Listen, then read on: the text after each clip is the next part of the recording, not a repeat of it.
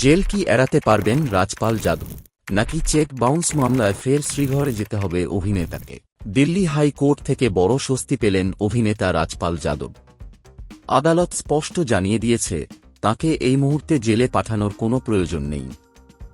বিচারপতির পর্যবেক্ষণ, রাজপাল কোথাও পালিয়ে যাচ্ছেন না, তিনি আদালতেই উপস্থিত আছেন। যদিও অভিযোগকারীর আইনজীবী দাবি করেছিলেন যে অভিনেতা এই মামলাকে মিডিয়া ট্রায়ালে পরিণত করছেন, কিন্তু বিচারপতি তা উড়িয়ে দিয়ে বলেন, মিডিয়ার খবরে আদালতের সিদ্ধান্তে কোনো প্রভাব পড়ে না। আদালত রাজপালকে একজন সাধারণ মামলাকারী হিসেবেই দেখছে। আগামী 1 এপ্রিল এই মামলার চূড়ান্ত শুনানি হতে পারে।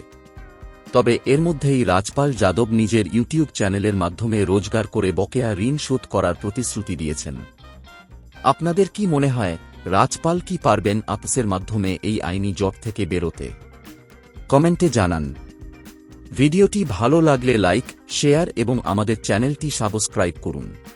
আপনার নিজের জন্য বা নিজের ব্যবসার জন্য পার্সোনাল বা বিজনেস ওয়েবসাইট তৈরি করতে চান, অথবা তৈরি করতে চান আধুনিক মোবাইল অ্যাপ, কোথায় যোগাযোগ করবেন, কিভাবে শুরু করবেন বুঝতে পারছেন না?